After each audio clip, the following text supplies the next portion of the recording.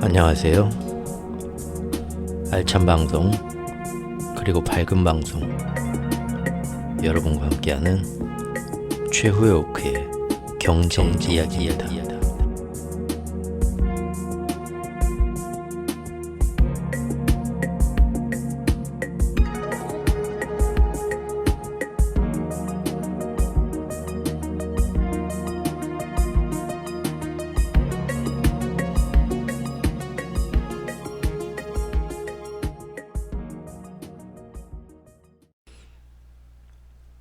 안녕하세요. 주호쿠입니다.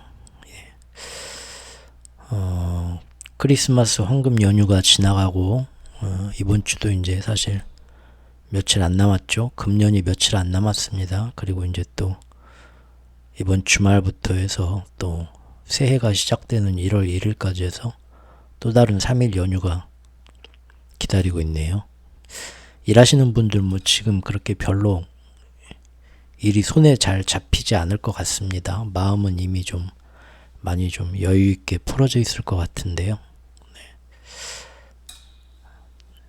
네. 다가오는 새해에는 또 이제 새로운 계획과 새로운 마음으로 또 새로운 희망과 행복을 찾아서 우리가 다 같이 모두 다 좀 발전할 수 있는 그런 때가 또 되기를 바라봅니다. 오늘 트럼프 선거 마지막 3부 한번 해보겠습니다. 경제와 정치와 선거와 전쟁이죠. 지금 이게 딱 내년도 경제 상황과 국제 정세의 그런 대표적인 어떤 한 줄 표현이라고 느낌이 옵니다. 내년 해는 어떻게 될 것이냐. 이것은 경제, 정치, 선거, 전쟁 이 네 가지가 어떤 식으로 어우러질 거냐. 따라서 어떤 요거를 잘 봐야 된다고 생각하는데요. 지금 시장의 어떤 그런 형태와 이 대선의 모습과 연관지어 가지고 한번 상황을 살펴보면요. 지금 이렇죠. 인플레이션이 잘 식어가는 디스인플레이션은 이제 거의 세계적 추세인 것 같습니다. 예. 지난 3년 동안 코로나와 함께 세계를 뒤흔들었던 이 인플레이션 공포가 드디어 3년이 지나고 대세적으로 잦아들고 있습니다. 그런데 문제는 이것이 과연 그동안 중앙은행들이 작년부터 시행한 그 고금리가 드디어 약발이 먹히기 시작해서 인플레이션이 잦아드는 거냐, 아니면 코로나 터지고 그 이후에 전쟁, 식냉전으로 이어지면서 전 세계 공급망이 확 악화가 됐는데 그것이 이제 코로나가 풀리는 와중에 전 세계에서 집에만 콕콕 박혀 있던 사람들이 갑자기 이것도 할 거야 저것도 할 거야 하면서 경제 활동이 활발해지면서 수요가 확 급증했죠. 그래서 공급과 수요 사이에 병목 현상이 생겼었습니다.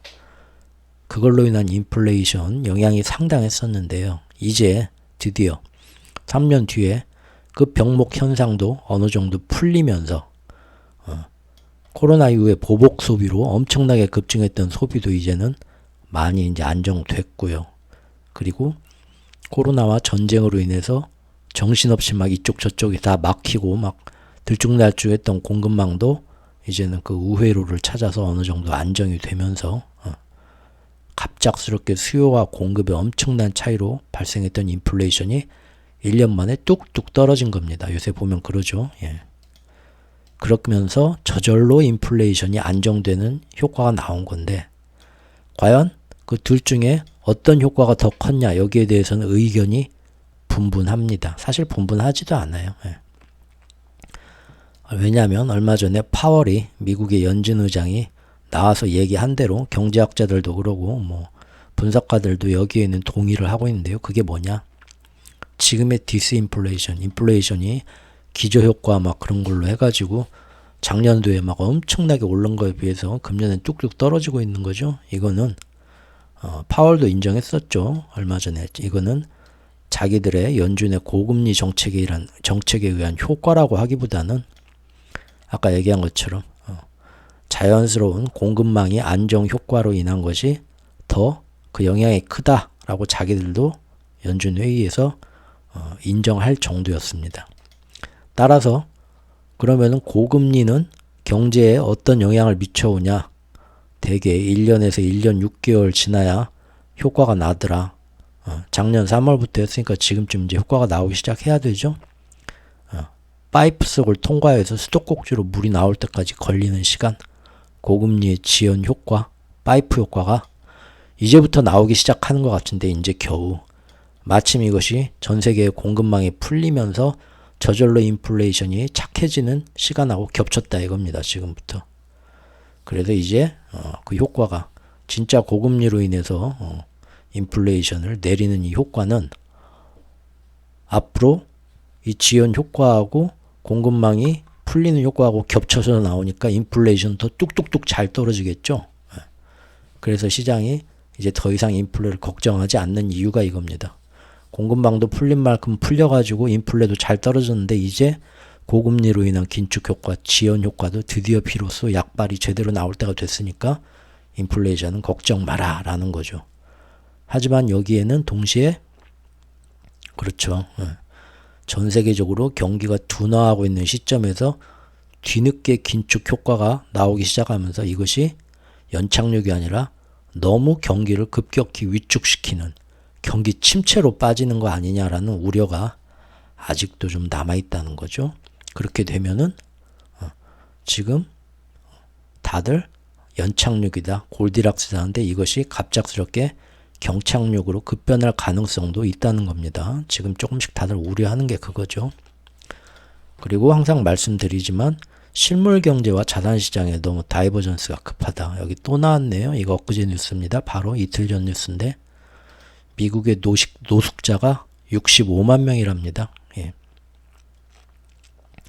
여러 가지 지금 그동안 1, 2년 사이 어떤 원인들이 있는데 이렇게 많았던 적이 없다고 하죠.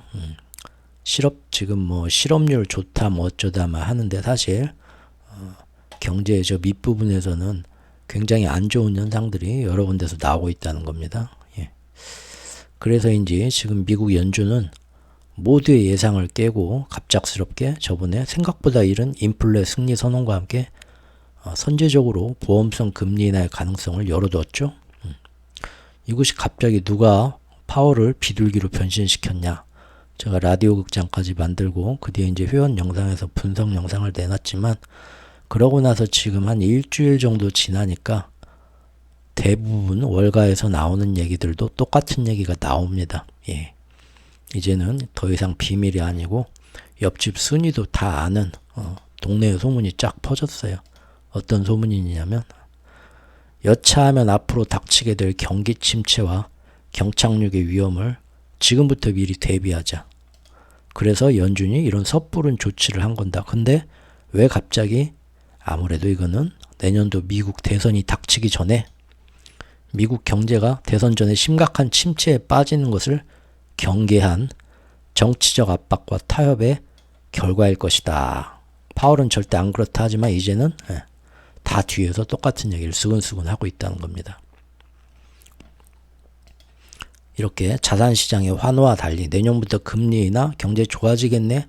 그 모든 제일 경제가 아름다운 들장미소녀 캔디가 안소니랑 같이 이렇게 들판에서 뛰어노는 그 아름다운 장면을 상상해서 지금 주가는 다 올라가 있지만 실제 실물 경제에서는 이제 정말로 안 좋은 소식은 이미 미국에서도 넘칠 정도로 곳곳에서 들려오고 있습니다. 그런데 매번 나오는 지표를 보면 여전히 미국 소비 괜찮다, 고용도 생각보다 괜찮다, 조금씩 식어가고 있지만 경기 침체가 올 정도는 아니다.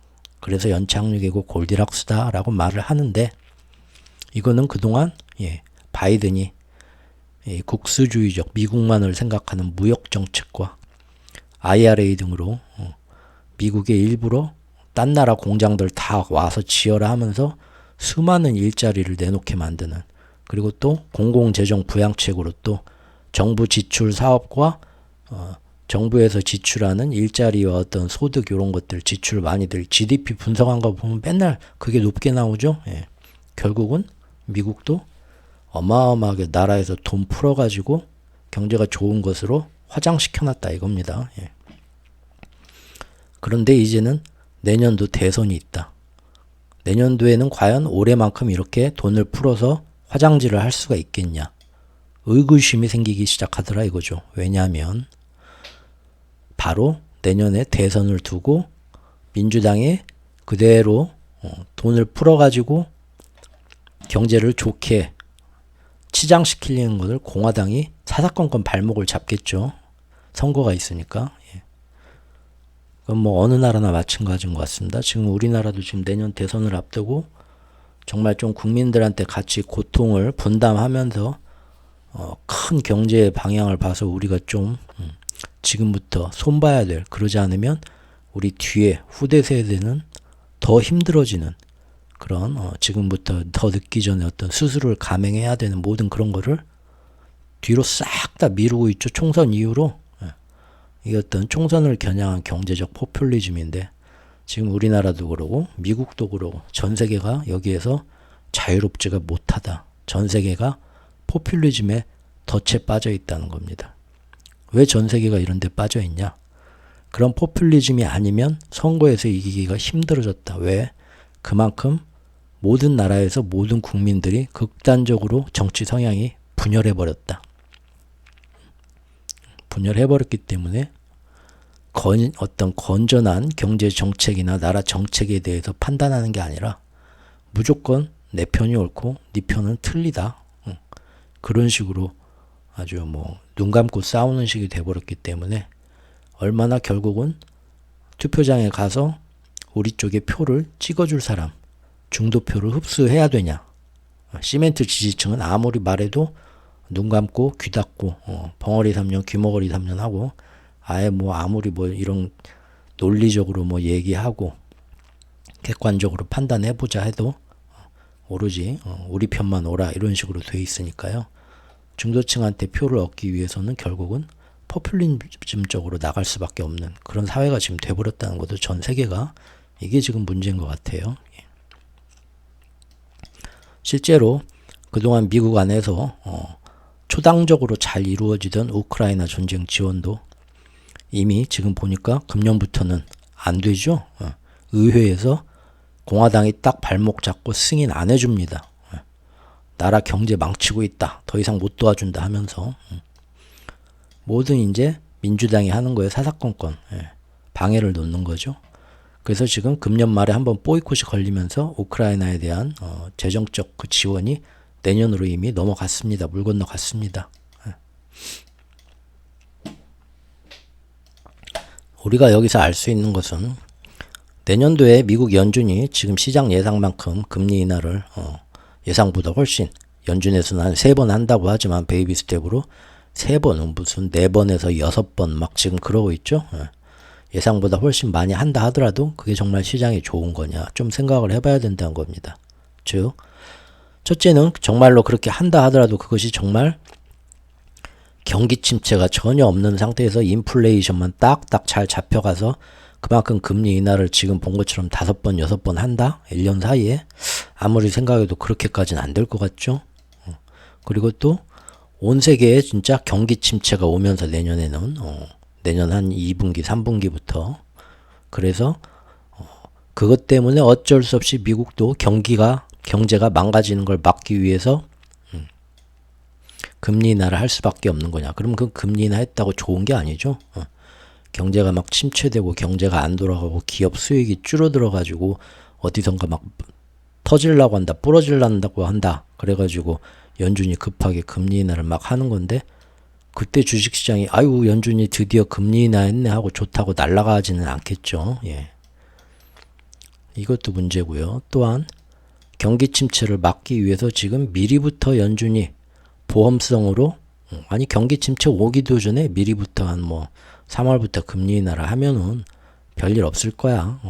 시장한테는 좋은 것만 생기는 거지 뭐 그렇게 생각할 수도 있는데 문제는 아까 공화당과 민주당의 대립 때문에 올해만큼 그렇게 미국 정부가 공공 지출과 재정 부양을 하기는 힘들 거다. 정치적인 대립 상황 때문에. 그러면은 어떻게 됩니까? 지금 억지로 받쳐주고 있는 미국의 탄탄한 고용시장 실업률과 미국인들의 소비 지출력 지금 저축도 거의 고갈되고 있죠. 저소득층의 저축은 이미 예전에 고갈됐고 중산층의 저축도 이제는 4분기 지나고 내년 1분기부터 고갈될 거라는 예상들이 지배적입니다. 그런데 바이든이 또 선심성으로 재정 지출을 못 풀게 공화당이 내년에 막으면 이제 갑자기 미국의 소비력도 확 떨어지고 이런 정치적 대립 상황 때문에 실업률도 갑자기 늘어나게 될 수 있다는 겁니다. 그러면은 비록 연준이 금리를 인하를 해준다 하더라도 이런 것이 막아지지는 못한다. 그러면 사람들이 지금 기대하는 것만큼의 연착륙이 될 수 있느냐, 이것도 불안해진다. 이런 상황이라는 겁니다. 지금 사실은. 물론 시장은 지금 산타랠리, 그거를 계속 유지해 가고 싶은 어떤 그 수수료 장사꾼들의 마음 때문에 이런 것들까지 이렇게 제대로 이렇게 보지는 않죠. 지금은 계속 그 사람들이 이제 분위기를 선동해서 몰아가는 게 이제 그 사람들 장사꾼 밥줄이니까요. 계속 그렇게 얘기하니까 이런 내용은 애써 얘기를 잘 안 하죠. 자, 엊그저께 기사인데요. 내년 미국을 비롯한 주요 경제 선진국의 주요 물가는 내년 말까지 2%대로 착실히 안착될 것 같다. 하지만 그것이 모든 게 좋은 상황에선 그럴 건데 몇 가지 변수에 의해서 어떻게 될지 모르는 위험성이 있다. 그 변수가 뭐냐? 여기 있네요. 선거에 해당. 50개국의 선거가 경제의 변수이다. 미국 대통령 선거, 대만 총통 선거, 우리나라도 4월 총통 선거. 그러면서 여기 나오죠. 전 세계가 이렇게 포퓰리즘을 쓸 수밖에 없는 그런 상태가 지금 되었다. 서로 간에 그러면은 정책들을 여당과 야당이 발목 잡으면서 싸우고 포퓰리즘이 생기고 그러면서 어떤 변수가 경제에 생길지 모르는데 지금 이스라엘 홍해 사태처럼 전쟁도 어떤 돌발 악재가 될지 현재로서는 뭐 가능성이 별로 없다 하지만 가만히 보면 절대 안정되진 않죠. 하루하루 조금씩 더 악화되는 건 확실합니다. 결국 여기 나와 있네요. 1년 전만 해도 고물가와 경기 침체, 그래서 연준이 금리를 인상을 하냐 동결하냐 인하를 하냐 맨날 이거 가지고 시장은 벌렁벌렁 했지만 내년부터는 트렌드의 중심 그 단어가 틀려진다. 뭐냐? 중앙은행이 정말 각국의 중앙은행이 금리 인하를 언제부터 얼마큼 할 거냐. 지금 시장이 예상하는 것처럼 3월부터 1년 동안 5번, 6번을 할 거냐. 그것보다 만약에 덜 하게 되면 시장은 여기서 당연히 조정을 받는 거죠. 그래서 중앙은행이 어떻게 움직여주냐가 첫 번째 키워드고 두 번째는 선거에서 어떤 총통이 어떤 후보가 어떤 지지를 봐서 어떤 정권의 변화가 오면서 경제정책이 변하냐. 경제 포퓰리즘과 자국 보호주의 이런 게 심해지면서 세계 경제는 더 압박을 받는다는 거죠. 그 다음에 두 개의 전쟁, 우크라이나 전쟁과 이스라엘 하마스 전쟁이 결국은 또 계속 이어지면서 장기화되면서 별 문제 없을 것 같지만 지금 보면 이미 그렇죠. 아라비아 반도를 둘러싸고 홍해와 그 다음에 이쪽 아라비아해 이쪽 양쪽에 이미 전 세계 20개국 나라의 군함이 다 모여버렸습니다. 맞죠? 날마다 가자지구와 거기에서만 빵빵하는 게 아니라 위쪽 레바논 국경지대, 오른쪽 시리아, 남부 예멘 후티 반군 왔다 갔다 지금 날마다 뉴스들 보시면 아실 겁니다. 결국은 그렇게 가죠. 아무리 아니다 해도 이런 것들이 내년도 키워드가 된다. 여기까지 한번 대충 어떤 경제 상황, 시장 상황 한번 봤습니다. 그런데 이 선거판에서 비교적 속편한 사람이 한 명 있는데 그게 바로 독재자입니다.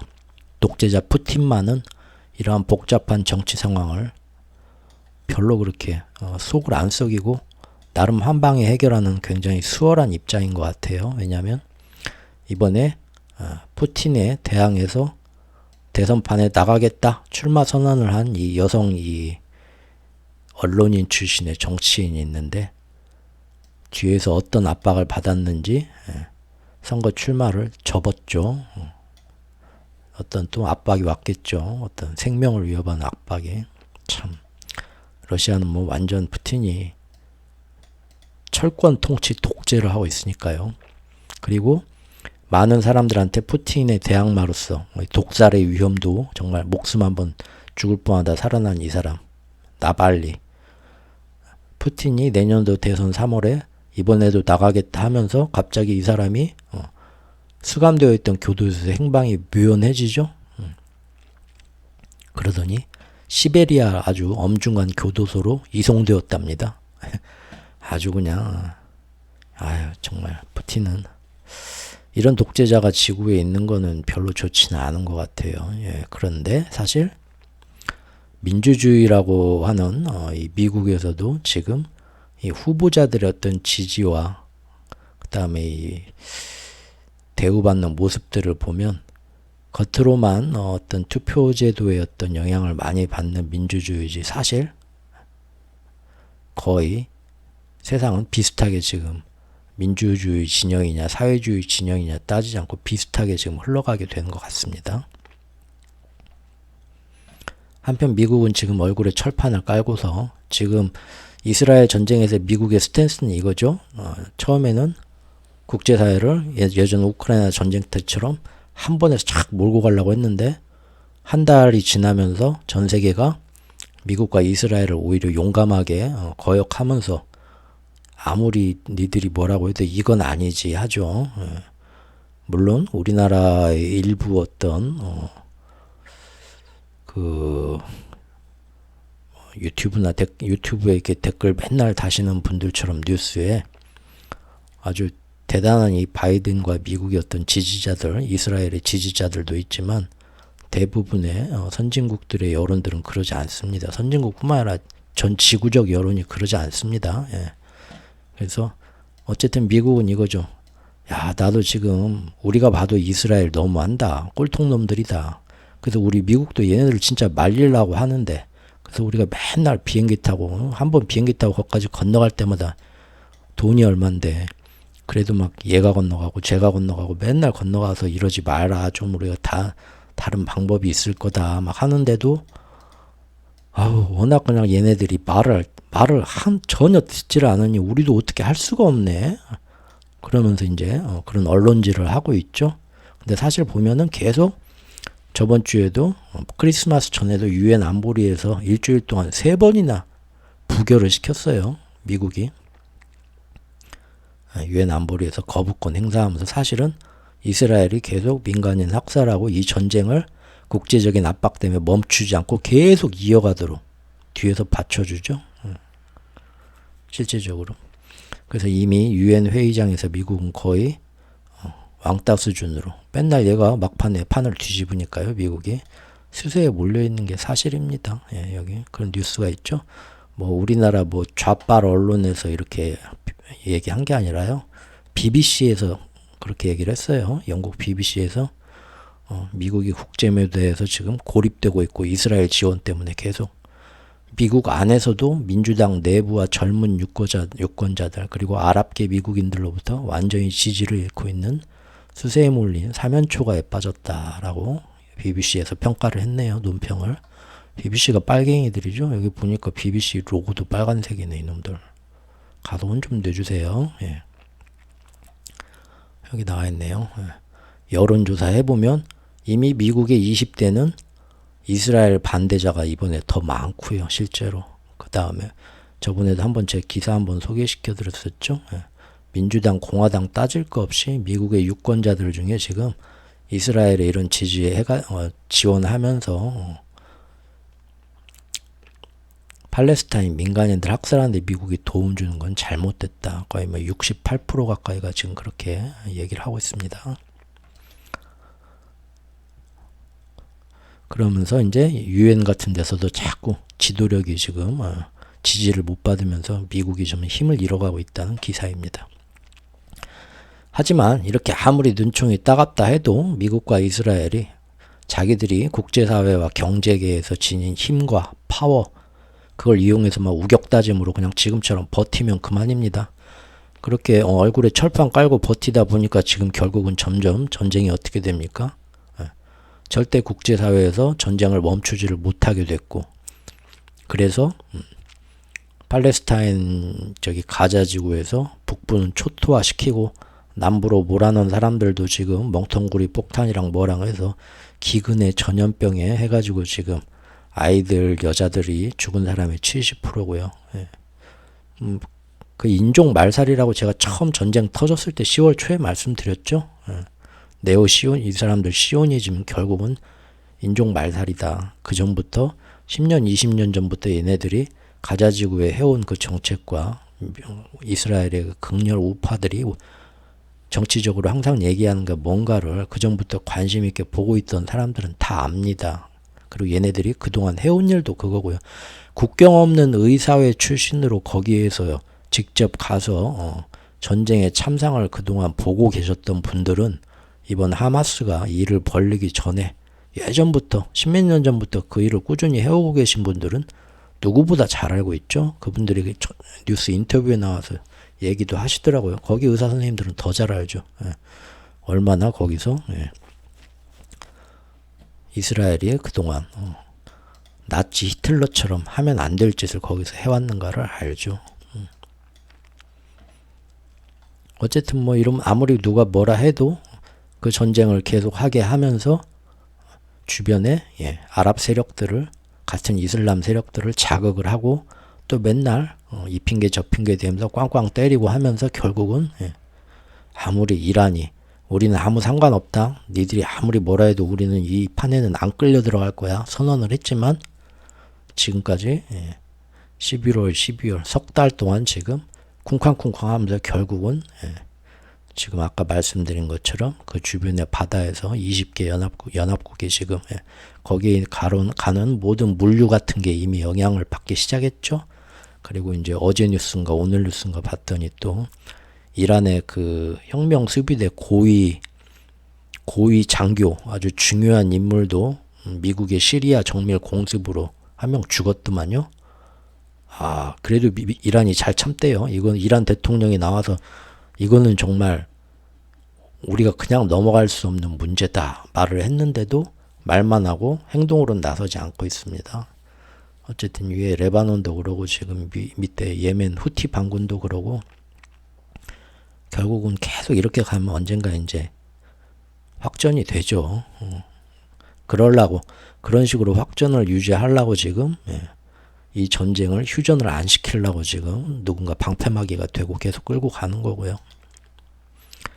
밖에서는 국제사회에서는 아무리 뭐 그런 얘기해도 뭐 어쩔 건데 니들이 뭐 하면서 우격다짐으로 버티지만 문제는 미국 국내에서 내년도 대선을 앞둔 바이든의 시멘트 지지 세력이었던 젊은 지식인들, 유색인종들, 이민자들이 전부 이제 바이든한테 등을 돌리게 됐다는 겁니다. 바로 지난 영상에서 말한 것처럼 경제정책의 실패. 통계상에는 미국 경제 제일 잘 나간다, 뭐 어쩐다 하지만 이미 저소득층은 헛소리 하고 있네. 무슨 맥도날드 햄버거 세트 하나 먹는데 밥 한 끼 먹는데 2만 원이면 못 살겠다 이거죠. 그거에다가 지금 이스라엘 지지하면서 보여주는 바이든의 행동들이 어마어마한 실망감을 지금 줬다는 거죠. 역대 대통령 중에서 최하위 지지율이 요새 나오고 있답니다.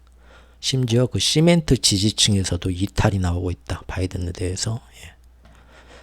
그리고 이것은 지금 민주당 내에서 바이든만한 어떤 영향력을 가진 후보가 없어요. 정치인이. 인재를 좀 진작 키웠어야 되는데 너무 늦게 키우려고 했죠 지금. 그러다 보니까 아직도 마땅한 그 바이든 대안이 없는 민주당으로서는 속이 타는 상황인데 이렇게 신냉정과 배타적 민족주의 그리고 급변하는 세계의 우경화 속에서 이제 반대급부로 사실 지난 재임 시절에 각종 과오와 부정과 부패와 비리로 지금 현재 법원에서 지금 무려 90건의 혐의로 사실입니다. 90건의 혐의로 재판이 진행 중인 전직 대통령 바로 트럼프가 이 트럼프를 사실 이런 바이든에 대한 이런 잘못된 뭔가가 없었으면 트럼프는 다시 공화당 안에서도 매장당하고 잊혀질 사람인데도 얘가 이제 무덤에서 발굴돼서 숨을 불어넣어주는 그런 반작용 효과를 가져온 겁니다. 여기 보십시오. I'm back, bitches. 시대의 어떤 딱 흐름을 타는 거죠, 지금 이 양반이. 굳이 우리나라에 비교해서 생각한다면 이런 경우겠죠. 최순실 국정농단 사건으로 지금 제야에 묻혀 계신 이분이 국민들이 원해서 이 사람이 최고의 지지율로 다시 대선에 후보로 나오게 되는 그런 상황이 지금 미국에서 벌어지는 거죠. 예. 자, 두 번째 주제는 이겁니다. 결국 세력들은 금융 세력, 경제 세력들을 얘기합니다. 이 세력들은 다 같이 트럼프 제동에 나섰습니다. 트럼프가 크는 걸 원치 않기 때문에. 하지만 지금 그게 잘 안 되고 있다. 그 얘기입니다. 자, 민주당 안에서 바이든의 대안이 마땅히 없는 상태에서 인물난이죠. 그 상태에서 지금 트럼프가 반대급부로 이렇게 커나가는 이런 상황을 탐탁치 않아 하는 세력들에게 그나마 가뭄의 단비 같은 소식이 하나 오죠. 그게 뭡니까? 공화당 안에서 트럼프의 경쟁 상대로 떠오르는 새로운 신예, 이분 여자분 헤일리입니다. 헤일리. 이 여자는 비록 공화당이죠. 민주당은 아니고 공화당이지만 지금의 미중 갈등을 그대로 계속 계승해 나갈 수 있는 준비가 되어 있고요. 동시에 그 전부터 유대 금융 세력에게 한없이 친화적이면서 트럼프처럼 독립적으로 튀지 않고 금융 세력들과 조화를 이루어서 정책을 추진해 나갈 가능성이 아주 높은 후보입니다. 뭐 민주당이든 공화당이든 그 경제 금융 세력들한테 당은 상관이 없죠. 예. 자기들이 원하는 정책 방향대로 자기들의 기득권을 보호해 줄 수 있는 기축통화 패권을 그대로 유지해 나갈 수 있는 방향으로 미국 경제 정책이나 정치를 잘 자기들과 협의해서 자기들 입맛대로 잘 끌고 나갈 수 있는 사람이면 민주당, 공화당 아무 의미 없죠. 그런데 지금 헤일리가 그중 나와 있는 대안 중에 괜찮습니다. 그래서 이 헤일리가 처음에는 지지율이 굉장히 적었지만 나왔을 때 미국의 아주 굵직굵직한 경제인들과 금융인들이 이번에는 예전에는 트럼프하고 바이든 붙었을 때는 트럼프한테 많이 어떤 지원을 하기로 했던 사람들도 전부 헤일리한테 올인하죠. 왜? 트럼프를 한번 겪어보니까 아는 거죠. 아, 이 자식은 안 되겠구나 하고. 그래서 전부 헤일리한테 올인했으며 이렇게 든든한 경제 금융 세력과 언론들의 스포트라이트를 받으면서 이분이 최근 두 달, 한 달 사이에 빠르게 굉장히 미국 국민들의 화제의 중심에 서면서 점점 더 그 세를 막 불려가고 있습니다. 트럼프도 그래서 처음에는 우습게 봤다가 점점 추격차를 좁혀보면서 화제의 중심의 인물이 되니까 뭐 나랑 런닝메이트로 우리 그러지 말고 단일화 하듯이 내가 대통령 후보로 뛰고 너는 우리 캠프에 들어와서 부통령 후보로 같이 뛰면 어떠냐 이렇게 한쪽으로 지금 유화책 포섭하는 작전으로 넌지시 말을 흘리기도 하고요. 예. 하지만 동시에 또 이 여자를 견제하는 얘기도 하고 그렇습니다. 예. 비록 지금 헤일리가 트럼프와 견줄 만한 수준은 아직 아닙니다. 그런데 앞으로 몇 달 동안 계속 이런 상승세가 꾸준히 이어진다면 그러면은 바이든이 내년 대선 전까지 전혀 지금의 지지율을 전혀 회복하지 못한다 했을 때 그래서 트럼프가 다시 당선되는 그때를 대비해서 또 하나의 대안으로서 플랜 B로서 즉 트럼프를 견제할 말로서 그녀를 계속 공화당 내부에서 지금부터 꾸준히 키울 만한 보람은 있을 겁니다. 정말로 바이든이 전혀 상대가 안 될 때 트럼프를 민주당에서 트럼프를 상대할 만한 인물이 없다 할 때는 차라리 그렇죠. 공화당 안에서 어떻게든 헤일리를 도와서 트럼프를 뒤집고 이 여자가 되게 만드는 것도 좋은 작전이라 이겁니다. 그런데 이런 작전이든 저런 작전이든 간에 문제는 뭐냐? 트럼프의 돌풍이 너무 무섭다는 겁니다. 즉 앞으로 시간이 갈수록 그리고 트럼프가 잘못한 일, 그의 부패와 비리를 파헤쳐서 정치적으로 압박하면 할수록 오히려 원래 같으면은 제대로 된 어떤 그런 경기장이라면 이런 문제가 나오면 이 사람은 정치적으로 문제가 있다 해가지고 지지율도 떨어지고 그래야 되는데 트럼프의 지지층들은 그러지 않는다는 거죠. 오히려 맹신적으로 더 똘똘 뭉치게 된다는 겁니다. 또 이러한 어떤 사건, 부정부패와 비리가 인정이 되고 터져나와도 그거를 오히려 현 정권이 정치 압박을 해서 우리 불쌍한 왕자님을 없는 누명을 씌운다. 그렇게 트럼프 역시도 매번 그런 식으로 SNS에다가 선동질을 하죠. 나를 죽이려고 한다. 거짓말로 하면서 피해자 코스프레를 그걸 특히 아주 잘 이용하는 그런 정치술에 특화된 인물이죠. 예, 저번 시간에 소개드렸죠. 예. 그리고 이제 전 세계에 우경화되는 세계적인 경향이 미국에서도 이미 몇 년 전부터 굉장히 심해져서 예, 트럼프의 대표적인 지지 세력으로 레드넥이 트럼프를 당선시켰다. 그 당시에 그런 말까지 미국에서 나올 정도였죠. 그래서 여러분들 뭐 미국의 뭐 세러데이 나이트 라이브나 뭐 미국의 어떤 방송 뭐 재밌는 뭐 버라이어티 쇼나 예전에 몇 년 전에 보면 분명히 트럼프가 지들 나라의 새로운 대통령이 됐는데도 뭐 막 그 우리가 아는 뭐 오프라 윈프리부터 해갖고 뭐 대단한 연예인들이 뭐 맨날 그 TV에 뭐 코미디언들이 나와가지고 자기 나라 대통령인데 되게 막 우습게 보고 막 풍자하고 그랬죠. 우리 뭐 연예인들이나 뭐 예술인들이나 뭐 언론인들 사이에서 트럼프를 지지한다 하면 거의 뭐 막 좀 이렇게 무시하고 놀려먹고 막 그랬잖아요. 그 기억들 나시죠? 트럼프가 대통령이 당선이 돼가지고 자기들 나라 대통령이 됐는데도 그렇게 막 무시하고 우습게 보고 그런 일들이 초반에 계속 있었습니다.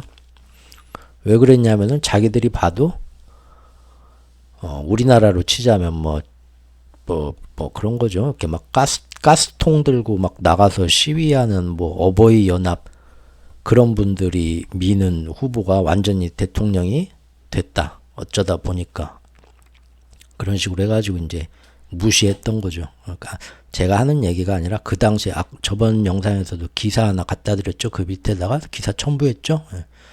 그 당시에 그 기사가 외국에서 레드넥이 트럼프를 당선시켰다. 그런 분석 기사가 나올 정도였습니다. 그게 이제 서방 세계의 어떤 그 당시 분위기였다는 겁니다. 예. 물론 이제 우리나라는 그렇게 생각 안 했겠지만요. 예. 어쨌든 트럼프도 지금 상당히 헤일리를 견제하기 시작했습니다. 예.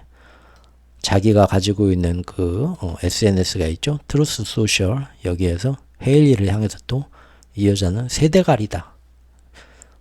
헤일리의 지지율이 이렇게 높아졌다고 하는데 내가 볼 때는 이 여론조사는 무조건 다 가짜다. 이건 또 다른 사기다.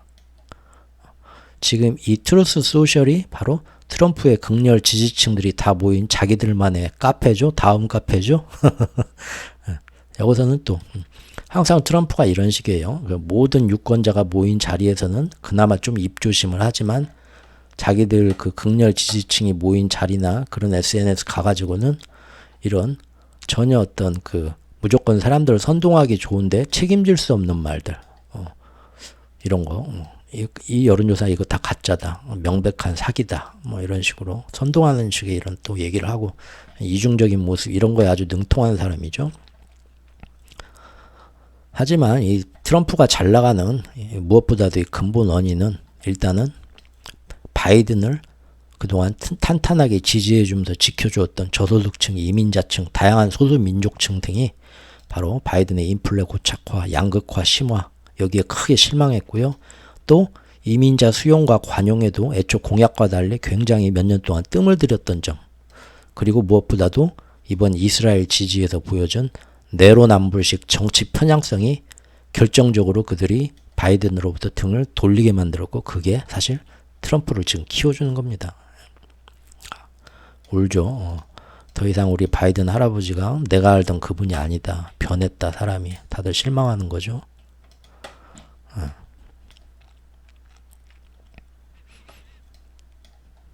지금 심지어 여론조사에서 헤일리에게도 열세를 보인다는 이 할아버지 좀 힘들겠네요. 내년에. 자 어떻게 할까요? 그런데 사실 이 중에 이제 이렇게 유권자들이 뭐라 해도 이스라엘을 이렇게 편애하면서 내로남불식으로 이스라엘을 지지하는 이런 거는 사실 바이든뿐만 아니라 미국 내에 그 어떤 당의 어느 후보라 해도 다 똑같을 겁니다. 왜냐하면 유대 금융 세력의 눈치를 안 볼 수 없는 게 미국 정치판이고요. 그 미국의 눈치를 안 볼 수 없는 게 세계고, 사실 유대 금융 세력들이 지금 우리 지구에서 1티어급 지배 세력입니다. 우리 모두가 그 사람들한테 지금 지배를 받는 거죠. 따라서 그들은 이제 내년 대선이 10달 정도밖에 안 남은 상황에서 미국에서 일단은 어떻게든 선거에서 좀 자기들이 유리한 어떤 입장을 이 궁지를 좀 바꿔보자 하는 의미에서 바로 바이든의 경제 정책이 사실은 굉장히 성공한 거다. 이걸 정치적으로 선전화를 미리부터 하자. 내년에 뭐 안 좋은 소리 듣기 전에. 그리고 차후에 상대 진영으로부터 봐라, 바이든이 사실 경제도 이렇게 망쳐놨다. 뭐 작년에 뭐 좋다 어쩌다 하더니 올해 봐라 하고, 그런 공격의 빌미를 방지하기 위해서 미리부터 선제적으로 내년도에 미국의 경기 침체가 오기 전에 지금부터 안전판을 마련해 놓자 해가지고, 즉 경제 실패가 일단 최대한 대선 전에는 안 터지게 지금부터 막아보자 해가지고 바로 파월이 나섰던 거죠. 이렇게 이미 사실 이 기사는 파월이 저번에 그 비둘기파로 변신하기 전에 나오던 기사입니다. 이미 경제학자들의 많은 사람들이 이런 의혹을 그때부터 내놓고 있었어요. 내년 대선 때문에 아무래도 조금 눈치를 볼 것 같다, 파월이. 그런 기사가 이미 있었는데 결국 옐런과 파월은 급작스럽게 인플레이션에 대한 섣부른 승리 선언을 하면서 바이든 경제정책 진짜 잘했다, 우린 인플레 승리했다 하더니, 그러니까 내년부터는 미리부터 경기 침체 오기도 전에, 물가가 2%로 떨어지기도 전에 미리부터 선제적으로 금리 인하 논의를 하는 것도 괜찮을 것 같다 라고 하면서, 사실 아는 사람은 다 알고 있었던, 시장에 회색 코뿔소처럼 다가오고 있던 미국의 신용 경색과 경기 침체에 대해서 미리부터 지금 경제 여건을, 금융 여건을 완화해 주면서 안전판을 마련하기 시작했죠. 사실 파월은 지난 1년간 여러 정치인들의 압박 속에서 비교적 자신만의 소신을 잘 지켜내는 그런 모습을 보여줬었습니다. 누가 뭐라 해도. 그런데 이번에는 딱히, 이번에 꼭 뭐 금리를 더 이상 올리지 말고 동결해야 된다, 금리를 빨리 뭐 조만간 금리 인하를 하기 위한 논의를 시작해야 된다고 상원 의원이나 하원 의원이나 뭐 어떤 정치인도 그를 이번에 압박하는 사람은 전혀 없었습니다. 표면적인 정치적 압박이 전혀 없었다는 거죠. 그럼에도 불구하고 갑자기 미리부터 이렇게 선제적으로 정치권을 배려해주면서 비둘기파로 변신을 충격적으로 택했죠. 그 이유는 바로 이번 작전 변환이 특정 정치인이나 정치권 때문이 아닌, 즉 미국 전체의 경제 방향을 드라이브하는 이 기축통화 패권 세력의 뜻과 연결되어 있기 때문입니다. 그리고 파월은 원래부터 미국의 기축통화 패권을 이어가기 위한 그들의 움직임에 철저히 동조하며 움직였던 사람이고요.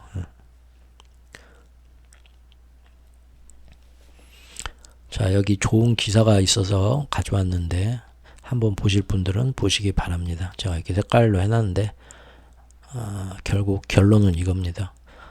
내년에 금리 인하를 빠르면 3월부터 한다라고 좋아하는데, 이것이 정말 연착륙이어서 하는 걸지 아니면 경착륙이 올까봐 경기 침체가 와가지고 어쩔 수 없이 하게 될 건지, 즉 내년도 미국 경제가 좋을 거냐 안 좋을 거냐는 금리 인하하고는 전혀 다른 별개의 문제고, 어떻게 될지 지금 전망들은 굉장히 엇갈려 있다 라는 겁니다.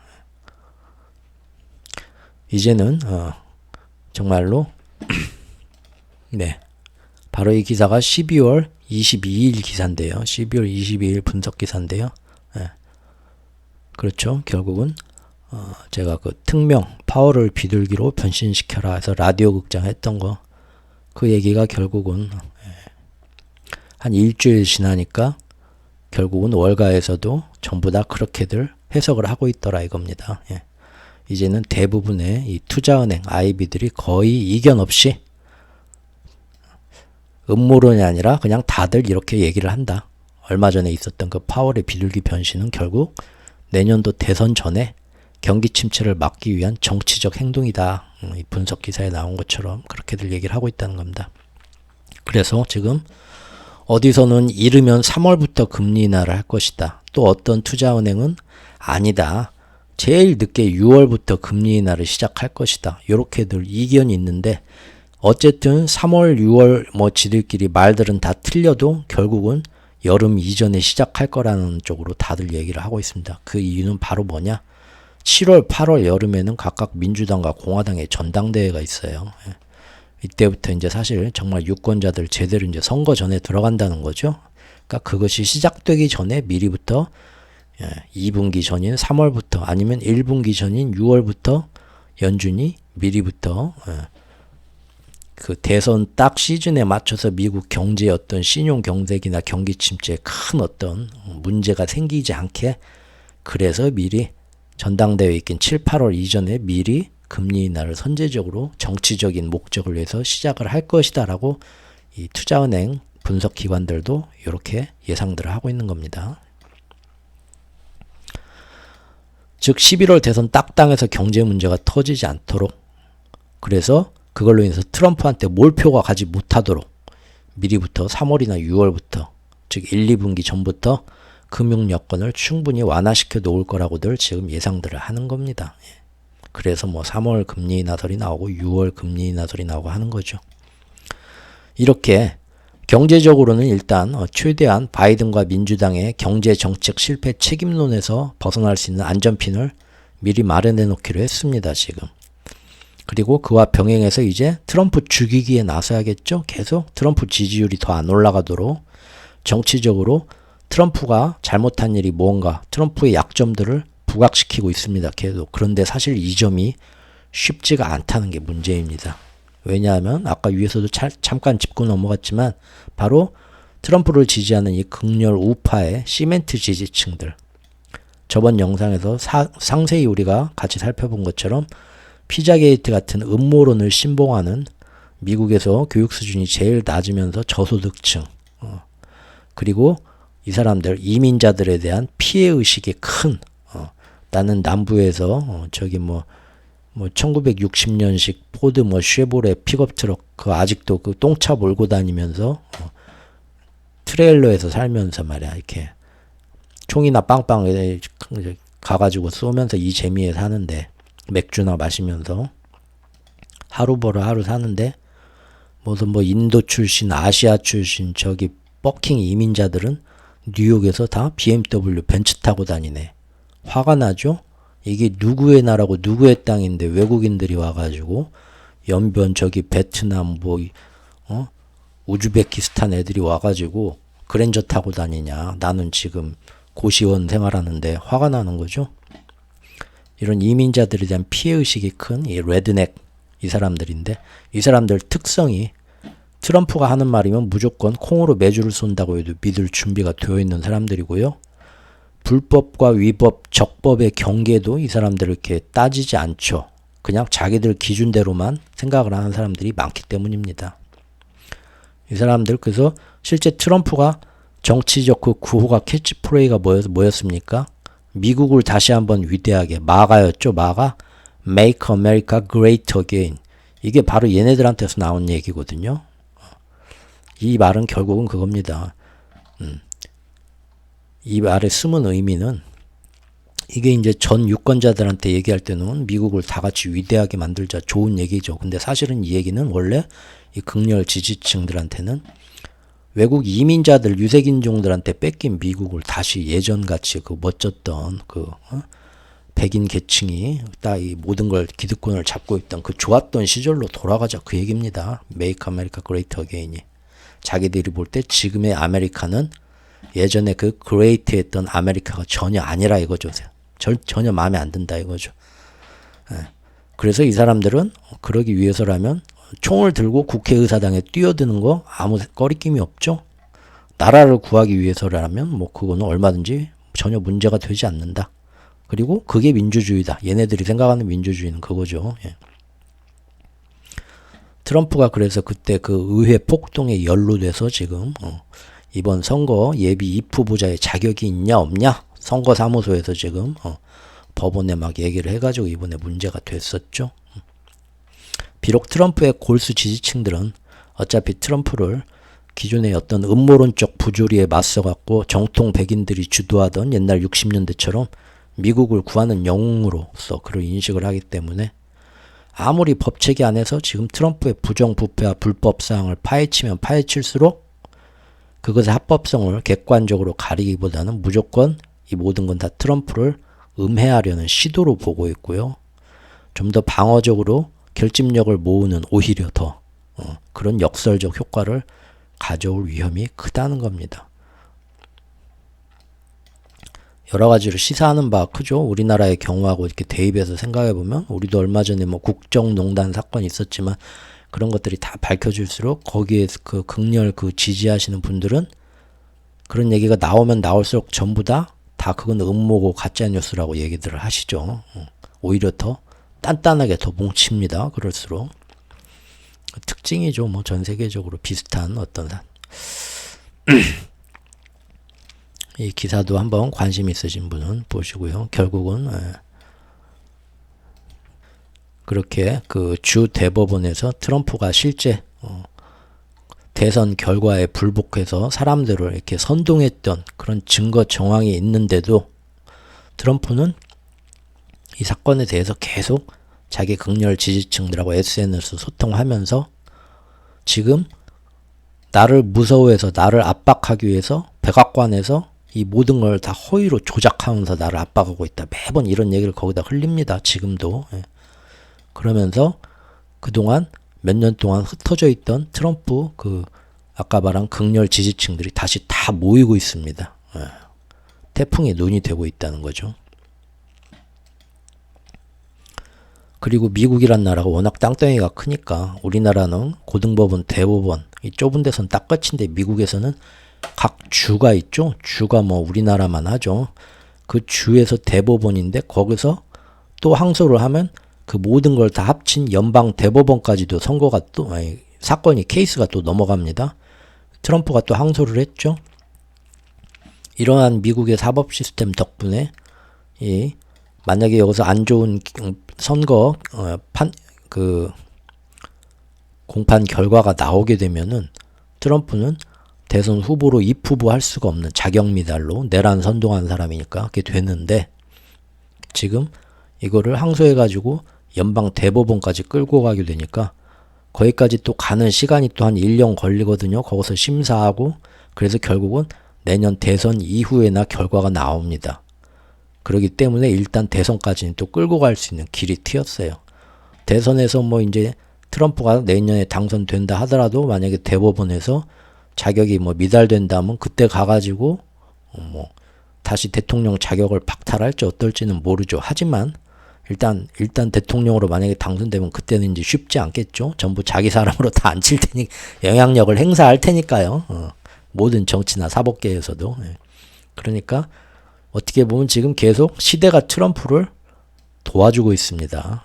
이렇게 또 살아날 길이 생겼습니다. 이번에.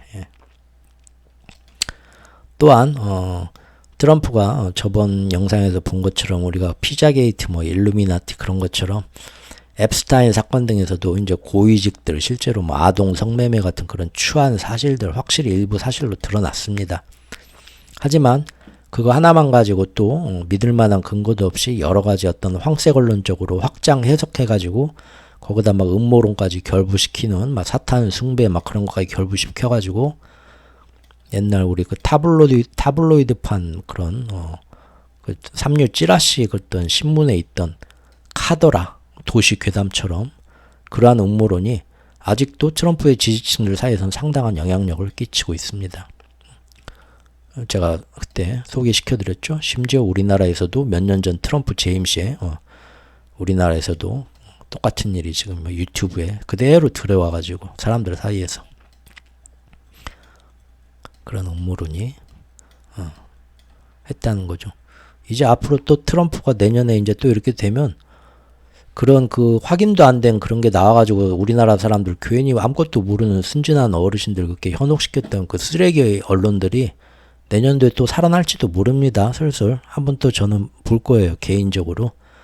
아, 이 사람 사는 세상이 또 이러는구나 하고 좀 관심 있게 보려고 합니다. 예전에 연배가 좀 있으신 분들은 아시죠? 썬데이 서울. 썬데이 서울 보면은 뭐 정치 얘기 그런 것도 나오지만 이렇게 확인 안 된 흥미 위주의 뭐 여기 보이죠? 뭐 충격 사건 뭐 어쩌고 이런 말도 안 되는 얘기들 아니면 말고식으로 이렇게 음모론 비슷한 것도 많이 나오고 했고요. 썬데이 서울 말고도 썬데이 서울은 그나마 정론지였죠. 그 터미널 같은데 밤에 이제 막차 타려고 이렇게들 고속버스 터미널, 시외버스 터미널 가시면 그 매점에서 꼭 그 신문들 팔죠. 근데 이제 그 뭐 4대 일간지 그런 게 아니라 이상한 스포츠 신문도 아니고 뭐 이상한 신문들이 있었어요. 그래서 거기 보면 주로 이렇게 막 말초신경 자극하는 막 얘기. 거의 뭐 기자들이 쓰는 소설이죠. 어느 하나 모티브로 거의 소설들 쓰고 뭐 재미있는 막 미스테리한 사건들 음모론 쓰고 그래서 이제 사람들이 사실 재미로 그걸 보는 거죠. 고속버스 안에서 이제 시외버스 안에서 보고 나면 이제 두 번 가치도 없는 거예요. 그냥 버리고 가면 그 뒤에 탄 사람들이 또 그거 꺼내서 보고 돌려보고 기억들 나시죠?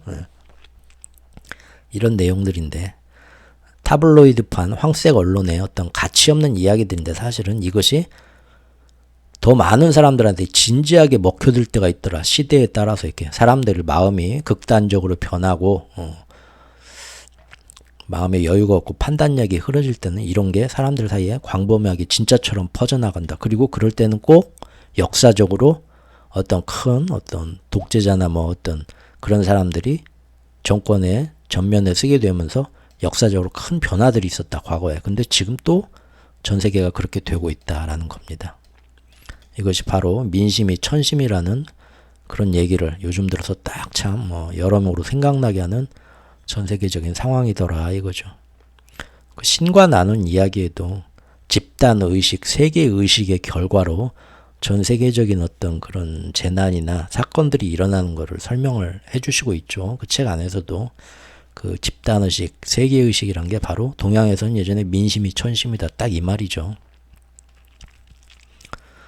이렇게 위에 언급한 피자게이트 같은 사건들 외에도 사실 또 트럼프 열성 지지자들이 정말 바이블 성경처럼 철석같이 믿고 있는 게 뭡니까? 대선 조작 소리죠. 대선 조작이고 음모론. 우리나라도 얼마 전까지 지금도 믿고 우리나라도 비슷한 얘기 있었죠. 그쪽에 극렬 지지층 분들 양쪽 진영 다 대선 다 조작되었다 이번에 다들 그렇게 믿는 분들 많았는데요. 지금도 그러시나 모르겠네요. 몇 년 지났는데. 근데 미국의 이 대선 조작 음모론 그때 트럼프를 굉장히 열성 지지하던 그 당시에 뉴욕 시장이었나요? 이분 줄리아니 이분이 SNS에 트럼프와 같이 이번 그 투표 선거 실제 그 조작하는 그 사람이 뭐 막 증거 자료라고 사진도 내놓으면서 얘네들이 민주당의 어떤 지령을 받고 투표함을 뭐 바꿔치기 했다 막 해가지고 그 막 증거까지 내놓는데 SNS에 선거 전에 퍼뜨려가지고 자기들 지지층들이 다 모여서 아이고 안 돼 이러다가 우리 트럼프님 떨어지면 어떡해 이놈들 때문에 막 더 막 선동하고 모으고 선거운동에 영향을 끼쳤었죠 이 사람이. 그 이후에 여타 많은 사건들과 함께 미국 검찰에서 몇 년 동안 정밀 수사를 받았습니다. 확실하게. 그리고 전부 다 거짓 선동으로 드러났고요. 그 확인되지도 않은 음모론을 대중을 그때 선거판에서 선동하기 위해서 얘네들이 악의적으로 퍼뜨렸다. 그 당사자들이. 그게 인정이 돼가지고 미국은 참 좋은 게 징벌적 배상 판결이 있어요. 공익을 위해서 이런 건 참 우리도 좋은 것 같아요. 징벌적 배상 판결을 받아가지고요. 이번에 이거 며칠 전 뉴스인데 그 당시 뉴욕 시장했던 줄리아니 이 양반이 개인 파산이 됐습니다. 내라는 벌금이 워낙 많아가지고 우리나라는 뭐 웃기지도 않죠. 돈 1,000만 원 내라고 끝나죠. 2천억 배상금. 정말 큰 어떤 나라에 어떤 영향을 끼칠 수 있는 거를 자기들 사익에 따라서 기면 기고 아니면 말고 식으로 이렇게 사람들을 선동하는 거는 미국에서는 그나마 이렇게 확실히 미국이 우리보단 이런 면에서는 굉장히 큰 나라예요. 겨우 지금 이 사람은 그 잘못된 걸로 이렇게 지금 이렇게 많잖아요. 이런 게 드러났음에도 극렬 지지층들은 이것도 탄압이라고 여기고 음모론이라고 여기고 안 믿는다는 겁니다. 예. 지금 세계의 우경화와 국론 분열의 극단화를 맞이하는 지금 2020년대입니다. 오히려 사람들의 사고 유연성과 이성적인 판단력은 20세기 말에 비해서 굉장히 낙후되고 후퇴하였습니다. 이 결과로 이제 전 세계가 서로 다른 나라들끼리 타국 사이의 분쟁도 잦아지지만 같은 나라 안에서의 반목도 극에 달하고 있죠. 우리 유튜브 댓글만 보면 알죠. 뭐 정치 뉴스 유튜브에서 보면 저는 밑에 댓글은 안 봅니다. 안 봐요, 일부러. 이것이 이제 거기 보면 뭐 보나마나 양쪽에서 엄청나게 또 싸우고 있겠죠. 뭐.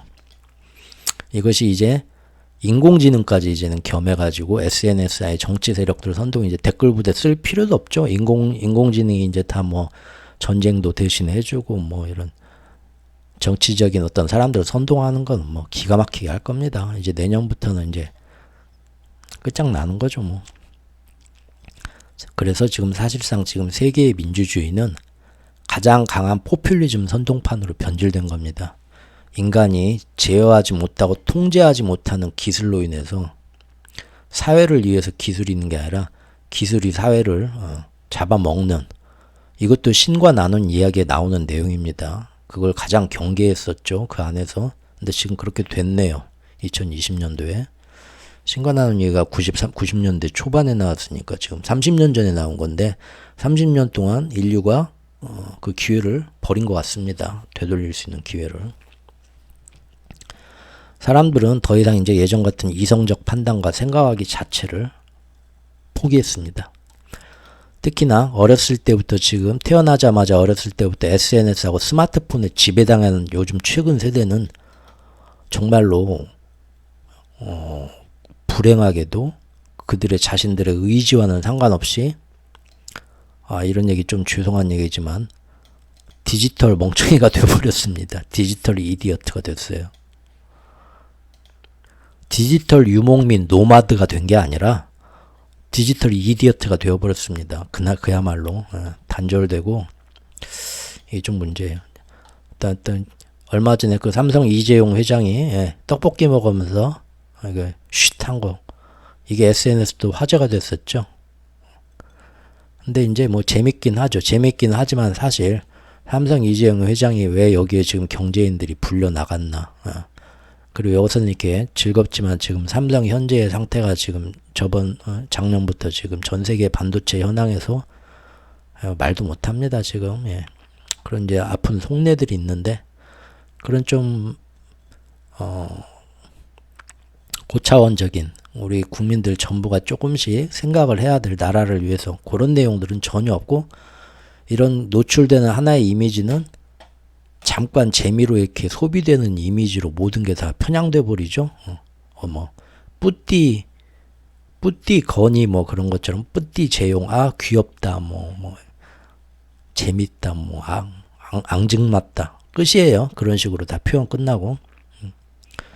점점 더 많은 사람들이 SNS에서 초반에 이런 식으로 이미지를 딱 선동하면은 어떤 그 사건이나 흐름에 대해서 진지하게 보지를 않습니다. 그리고 그냥 선동된 그때 잠깐 소비되는 이미지로 많은 사건과 인물을 그냥 소화시켜버리고 끝내버립니다. 비판도 없이 초반에 선동된 그대로, 그 이미지 그대로. 요걸로 이 문제는 이제 요거 하나로 끝나는 거죠. 이재용은 참 귀엽다, 앙증맞다, 생각보다. 그걸로 이제 끝나버리는 겁니다. 이렇게 뒤에서 대중들을 좀 지배하고자 하는 세력들은 대중들이 스스로 생각을 가지고 판단하는 걸 원하지가 않아요. 고대부터 그랬죠. 그래서 지금 같은 경우에는 이렇게 영향력이 큰 SNS상에서 그들의 입맛대로 사건을 정치화하고 이미지 소비만을 부추기면서 자신들이 원하는 식대로 사건을 대중에게 주입시키는 게 훨씬 쉬워졌습니다. 이게 양떼들을 몰고 가는 사냥개처럼 이리 몰면 이리 몰아가고 저리 짖으면 이쪽으로 확 몰리고, 요즘같이 이렇게 사람들을 선동하기 쉬운 세대가 없다. 스스로 생각하기를 다 포기했다. 지금 내년 초에는 연초 특집으로 지금 내년도 그 경제의 어떤 중요 키워드가 맨 처음에 나온 것처럼 경제와 정치와 선거와 전쟁이라고 했잖아요. 네. 제가 계획을 가지고 있는 거는 그 신과 나눈 이야기에도 그 책에도 나오지만 미타르 타라빅이라고 혹시 아시나요? 밀로시 타라빅과 미타르 타라빅이라는 세르비아의 예전에 1800년대에 19세기에 살던 그 예언가들이 있습니다.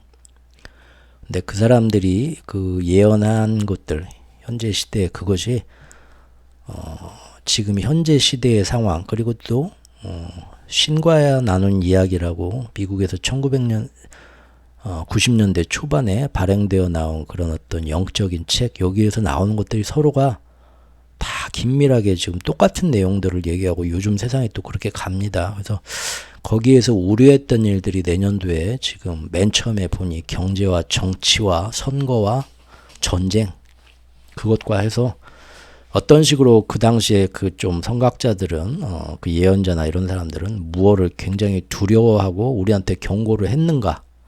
그런데 지금 세상이 어떤 식으로 지금 자꾸 치우치고 있는가. 재미로 한번 그거 한번 연초에 한번 다뤄볼까 생각 중입니다.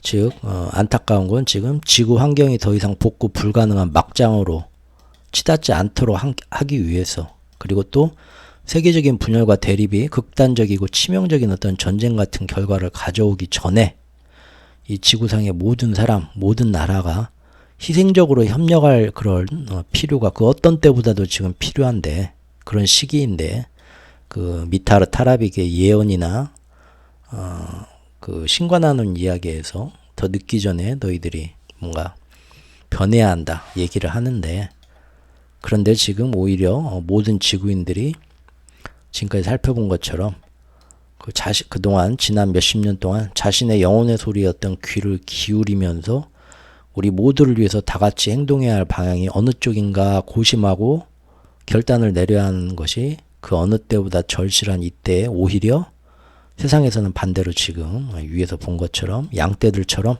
생각하기를 포기한 양떼들처럼 이성이 마비되었던 중세 암흑시대처럼 마녀사냥을 했던 그 시절처럼 인간의 이성이 점점 더 쇠퇴하고 있다는 겁니다. 이게 참 조금 걱정스럽네요. 바람직한 방향은 아닌 것 같아요. 제 개인적으로는요. 예. 여기까지 이제 트럼프 얘기 끝냈고요. 마지막으로 조미료로 아무도 집중하진 않지만 내년 대선은 바이든과 트럼프와 헤일리만 보고 있지만 다이먼에 대해서 한번 살짝 좀 우리가 잊지 말고 이 사람에 대해서 한번 짚어가면 어떨까 싶습니다. 다이먼, 제이미 다이먼이죠. 현재 배후 금융 세력들도 바이든 외에 다른 대안을 찾으려고 노력 중이죠. 하지만 문제는 공화당 안에서는 그나마 헤일리가 있는데 민주당 안에서는 바이든 외에는 달리 뾰족한 인물이 지금 별로 없습니다. 누구 한 명 있긴 한데 별 그런 영향력이 없어요. 어떤 카리스마가 없죠. 그래서 누가 나와도 민주당이 내년도에 경제 정책 실패의 책임론에서 벗어나기 힘들다는 어떤 한계도 있습니다. 물론 인플레이션 잘 잡히고 경제가 아주 좋다면은 좋을 수도 있겠죠. 근데 지금 뭐 주식시장에서는 그거를 굉장히 높은 가능성으로 보는데 저는 상당히 낮은 가능성으로 보고 있습니다. 오히려 인플레이션이 완전히 안 잡혀서 힘들거나 아니면 경기 침체가 심하게 오거나 둘 중 하나는 뭔 일이 터진다. 그 확률이 높다. 그러지 않으면 지금 연준이 미리부터 이렇게 설레발치면서 나올 이유가 없죠. 아무리 생각해도. 정말로 그렇게 잘 잡히면 가만히만 있으면 끝나는 겁니다. 아무것도 안 하고. 그런데 지금 미리부터 연준이 보험성 금리나 나오는 이유는 이건 조금만 생각해봐도 답 나오죠. 지금 뭐 로버트 케네디라고 제3자 후보가 지금 약간 또 돌풍을 보는 이런 사람도 있습니다. 후보 중에. 그런데 역시 지금은 헤일리가 일단은 제일 주목을 받고 있고요. 지금 사람들의 성향을 보자 이겁니다. 지금 공화당에서는 거의 아무리 헤일리 돌풍이 있다 트럼프가 뭐 거의 제1위 독주 체제고요. 지금. 그런데 미국 국민들 여론조사 해보면 바이든하고 트럼프가 또 리턴 매치 한다고 둘 다 싫다. 지겹다. 좀 참신하고 믿을만한 제3의 인물은 없냐? 이처럼 미국 국민들은 두 후보 대신에 제3의 정당, 제3의 인물을 원하고 있다. 이런 여론조사가 쏙쏙 나오고 있다는 겁니다. 우리나라도 좀 그럴 것 같죠? 지금 뭐 대통령이나 야당 대표나 서로 이렇게 국민들의 마음을 확 휘어잡는 사람은 없죠. 그런다고 해서 좀 뭐 안철수 아닌 것 같고요. 사람들 마음을 확 들게 하던 이 사람이면 정말 대안으로서 확실하다 그런 사람이 지금 없는 것 같죠. 미국도 그런다는 겁니다. 사실 그런 의미에서 제이미 다이먼이 대선 후보로 나오게 된다면 저는 상당히 이 사람이 그런 니즈를 미국 국민들의 그런 니즈를 충족시켜 줄 수 있는 사람이 아닌가 개인적으로 평가를 하고 있습니다. 왜냐하면 앞으로 미국 경제에 어떤 문제점이 드러날 때 그거 누가 제일 해결 잘 해주겠습니까? 이명박이요? 잘 모르겠고요. 미국에서는 제이미 다이먼이란 겁니다. 완전 경제통이잖아요. 그러죠? 제일 든든하게 그런 미국 경제에 문제가 터져도 회복시켜줄 만한 역량이 있는 사람 누구냐? 바이든이냐? 트럼프냐? 다이먼이라면 아마 미국인들도 고개를 끄덕거리지 않을까. 사실 트럼프는 보호무역주의와 관세전쟁에 있어서는 타의 추종을 불허하지만 그렇게 미국 보호한다고 하면서 실제로 미국을 더 힘들게 만들었습니다. 그래서 지금 미국 경제인들이 트럼프한테 아무도 그 정치 자금 안 주는 거예요. 이미 한번 겪어봐서. 트럼프 바로 엊그저께 이런 얘기 했대요. 만약에 내가 정권 잡으면 중국한테 관세를 한 번 더 올려서 아주 못살게 만들 거다. 그런데 이 관세 올릴 때 중국도 가만히 안 있고 미국 관세를 올려갖고 미국 기업들이 다 힘들어졌죠. 서로. 하지만 이제 그렇게 미국 경제가 힘들어져도 뭡니까? 트럼프는 그 당시에 이제 초저금리 정책으로 막 압박을 하면서 일부러 이렇게 한 거 자기 그 과오를 덮었었죠. 그래서 사실 이런 면에서는 훨씬 제이미 다이먼이 잘할 것 같긴 합니다. 그런데 이제 문제는 다이먼이 정계의 어떤 대선 후보까지 가려면 진작 어떤 정계에 좀 입문을 했어야 되죠. 시간적으로. 다이먼이 이제 와서 새로운 주자로 나와가지고 결집 세력 모으기에는 지금 상당히 남은 시간 너무 촉박하고요. 또 다이먼의 정치적 경력도 전무하죠. 그렇기 때문에 지금 나와서 다이먼한테 모든 걸 맡긴다? 굉장히 위험한 도박이고요. 실현 가능성도 사실상은 거의 없다고 할 수 있습니다. 하지만 재미있는 건 그럼에도 불구하고 다이먼은 지금 그 행보를 제가 쭉 보면요. 어쨌든 계속해서 차곡차곡 주변 정리를 진행 중입니다. 조용히 물밑에서. 예전에 이 빌 에크먼에 대해서는 제가 작년 3월부터 블로그에서 여러 번 다루면서 이 미 연준과 그 다음에 이 경제를 드라이브하는 기축통화 패권의 어떤 배후 금융 세력에 얘가 막판에 선택받은 인물이다. 꼬붕으로 행동대장으로. 그래서 얘는 그 모든 걔네들한테 어떤 그 손발을 맞춰주면서 앞에서 행동대장 역할을 하고 대신 그만한 이권도 받을 것이다. 그래서 이번에도 그 국채 숏배팅 절묘하게 하고 또 어떤 그때 이제 그런 의미에서 빌 에크먼이 배팅을 하는 대로 이렇게 따라 하시면은 많이 좀 이득을 봤을 것 같아요. 얘가는 이제 뒤에서 뭔가 연줄이 다 있구나 보시고 그렇게 해도 될 것 같습니다. 앞으로는 근데 또 모르죠. 한번 속이려고 맘먹으면 얘가 또 앞에 나와서 거짓말 칠 테니까요. 어쨌든 그런데 재밌는 거는 제가 그전에도 여러 번 이제 짚어왔었지만 얘가 틈만 나면 진짜 미국 대통령 우리 제이미 다이먼 형님이 나오면 진짜 딱인데 이런 얘기 얘가 했단 말이에요. 한 두어 번. 기사 그래서 가져와 봤습니다. 옛날 기사인데 제이미 다이먼 같은 사람이 미국 대선 출마해야 된다. 몇 번 얘기를 해요. 얼마나 이 그 어려운 경제 상황 3월 달에 실리콘밸리 터지려고 했을 때 아무도 못 막는 거 얘가 다 막았다. 이런 사람이면 지금 같은 미중 패권 갈등 경제 이런 시대에 정말 이 경제가 힘든 시대에 믿고 맡길 만한 사람 아니냐? 그리고 바이든 같이 치매 걸리지도 않았고 트럼프처럼 꼴통도 아니고 생기기도 잘생겼고 칭찬한단 말이에요. 워렌 버핏은 뭐 십몇 년 전부터 칭찬했고요. 이제 금융계의 황태자죠. 이번 코로나 때 이제 골드만삭스 제치고 제이미다 너무 길어지니까 안 하겠습니다. 예전에 많이 한 얘기니까요. 물론 이제 제이미 다이먼은 동생, 진짜 왜 이러나. 참, 나는 그런 거 욕심 없다니까 그러네, 자꾸. 이런 식으로 얘기를 하지만, 가만히 금년 1년의 변화를 살펴보면요. 이 제이미 다이먼이 주변 정리를 어떤 식으로 했냐면요. 향후에 정치인으로 나섰을 때 정치적 스캔들의 치명적인 공격 좌표가 될 수 있는 이 앱스타인 관련 소송도 금년에 법적으로 확실하게 마무리 일단락 지었습니다. 여기 보면 연방법원 판사가 드디어 JP 모건이 합의금을 지불하고 소송을 종결하기로 합의안을 최종 승인했죠. 금년도에. 바로 그 미성년자를 상대로 성범죄를 저지른 그 앱스타인 감옥에서 지금 사실 암살당했죠.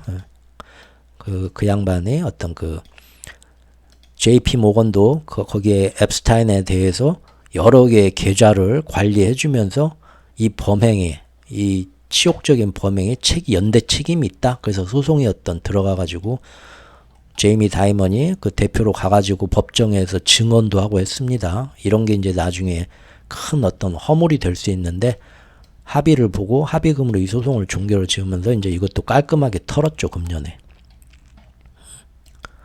그리고 향후에 이제 그의 정치적인 행보와도 관련해서 개인의 어떤 이권에 관한 연관성 등으로 항상 약점이 될 수 있는 JP 모건 회사와의 이 재정적인 관계에서도 금년도에 착착 발을 빼면서 거리를 두고 있습니다.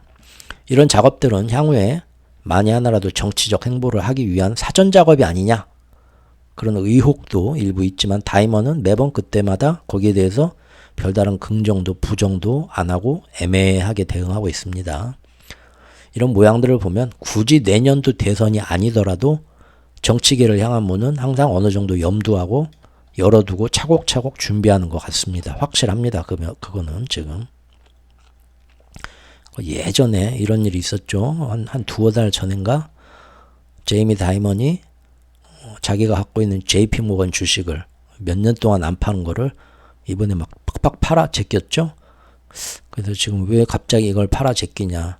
특별히 고점인데 판 것도 아니에요. 많이 고점에서 팔아갖고 어떤 이득을 보려고 했으면 작년쯤에 팔았어야 됐는데 금년에 갑자기 평생 나는 뭐 이거 안 팔고 가지고 있을 거다 했던 사람인데 굉장히 많이 계속 금년 들어서 탁탁탁 다 팔면서 정리를 그 JP 모건 회사하고 어떤 나중에 서로의 이권이 관련돼 가지고 정치적으로 어떤 공격받을 수 있는 것도 지금 주변 정리를 하고 있다는 거죠. 그리고 무엇보다도 이겁니다. 제이미 다이먼의 발언들이 작년까지만 해도요. 금년하고는 굉장히 달랐습니다. 그 전까지는 현재 경제와 관련된 JP 모건 회사만의 입장을 주로 얘기를 하면서 발언을 신중히 했었는데요. 금년 들어서는 이제는 갑자기 이 사람이 미국 전체의 거시적인 경제 흐름을 굉장히 걱정하는 식으로 얘기를 하고요. 즉 지금의 현재 대통령과 현재 재무장관 그런 사람처럼 자기도 마치 또 하나의 중요한 미국 경제통으로 이렇게 얘기를 하고 언론에서도 그렇게 띄워줘가지고 이 사람 위치가 굉장히 격상되었습니다. 이것은 확실히 지난 3월에 실리콘밸리 사태 때 월가 전체에 주말에 하루 동안 급하게 전화를 돌려갖고 일찍 진화한 그런 월가 황제로서의 영향력을 보여주고 그것에 대해서 언론들이 극찬을 했죠. 미국을 구한 영웅이다 미화하면서 그때부터 확실히 이 사람의 발언도 정치적이 되었습니다. 그 당시 이제 그 뒤에 숨은 어떤 숨은 음모들 그때 파헤쳤던 그 자료들이죠. 그 영상 그때 영상. 예.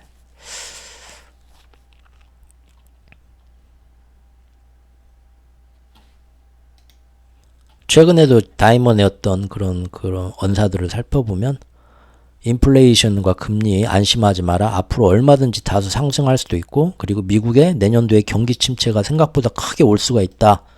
그런 거 조심해서 앞으로는 이런 면을 조심해야 된다. 맨날 얘기합니다. 금년 내내. 이 사람 지금 그렇게 얘기하고 있어요. 예전에는 작년까지만 해도 이 사람은 자기 JP 모건 CEO의 입장에서 이 월가의 어떤 투자기관 회사로서 자기들한테 유리한 쪽으로 이런 얘기를 했었는데요. 금년부터는 아주 이렇게 전혀 자기네 JP 모건 회사의 그 수석 애널리스트들이 하는 얘기하고는 전혀 상관없이 자기만의 어떤 거시적인 큰 흐름, 나라 전체와 미국 경제 전체를 걱정하는 입장에서 이런 얘기들을 전혀 JP모건하고 관련이 없는 자기만의 의견들을 금년에는 계속 내놨습니다. 이 사람이. 그러면서 지금 정부와 연준이 이런 식으로 해서 뭔 실수하면 안심하면 안 된다. 이런 만약 하나 이게 뭡니까? 만약에요. 이러한 그의 거시 경제적 예상들이 내년에 들어맞게 된다 치워봅시다.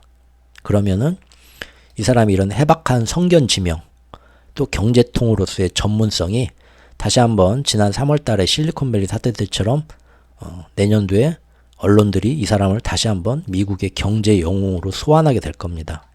역시 이 사람 뭔가 아는 사람이야 하고요. 그러겠죠?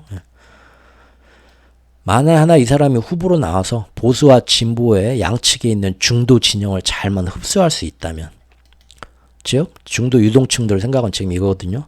바이든은 미덥지가 못해서 다시 못 뽑겠어. 근데 극단 꼴통 트럼프는 정말 찍어주기 싫어.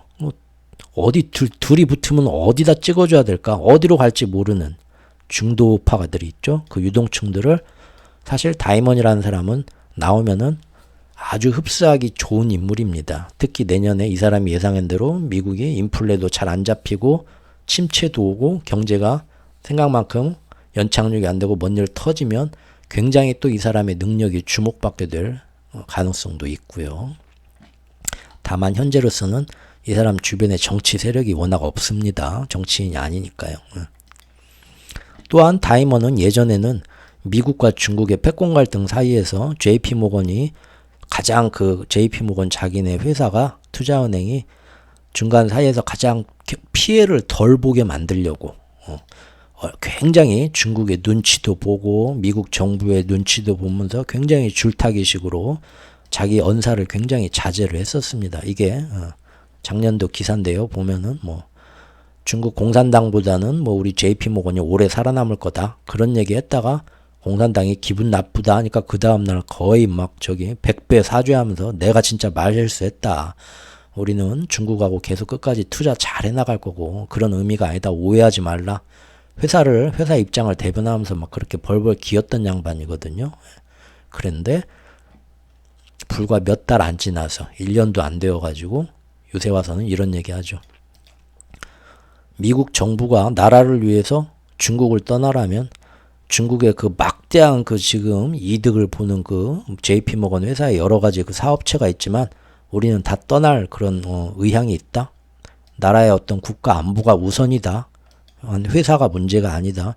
이런 거는 엔비디아나 그런 회사하고 굉장히 어떤 대비되는 어떤 쉽게 그 회사의 CEO로서는 하기 힘든 얘기죠. 물론 지금 이제 현역에서 어느 정도 은퇴한 상태이긴 하지만요. 대만 전쟁에 대해서도 다른 기업가들 CEO들이 하는 거하고는 틀리게 정치인 같은 얘기를 합니다. 그거는 정말 전 세계를 위해서 안 좋은 일이고 중국에도 나쁜 일이고 정치인처럼 이제 얘기를 하는 거죠. 예전엔 경제인 CEO로서 이런 얘기를 했는데 전혀 다른 언사들을 하는 겁니다. 이런 얘기들은 상당히 국민들이 좋아하죠. 바이든 역시도 요새 중도 보수파를 끌어들이기 위해서 다시 또 중국을 압박하는 강경한 이미지를 더욱 쇄신 중이긴 합니다. 사실 공화당이든 민주당이든 혹은 바이든이든 트럼프든 아니면 누가 나오든 간에 내년도에 미국과 중국을 중심으로 한 거대한 갈등은 좋아질 수가 없고 더 악화됩니다. 100%. 왜냐하면 이미 미국 국민들도 그러고 사람들의 마음이 냉전 시대에 적응이 되어 있습니다. 이것도 미타르 타라빅의 예언에 나와 있습니다. 사람들의 마음이 이렇게 안 좋아지는 시대가 오면서 3차 대전이 터진다는 얘기가 재미로 한번 보자고요. 며칠 뒤에. 그렇기 때문에 지금 이미 미국과 중국의 전 세계의 대립이 이렇게 심화된 마당에 중간에서 다시 이 모든 걸 돌려가지고 어떻게 잘해보자 하는 어중간한 평화주의자는 어디에서도 지금 지지를 받을 수 없는 그 정도로 지금 사람들 마음이 각박해졌습니다. 이게 지금 문제인 거죠.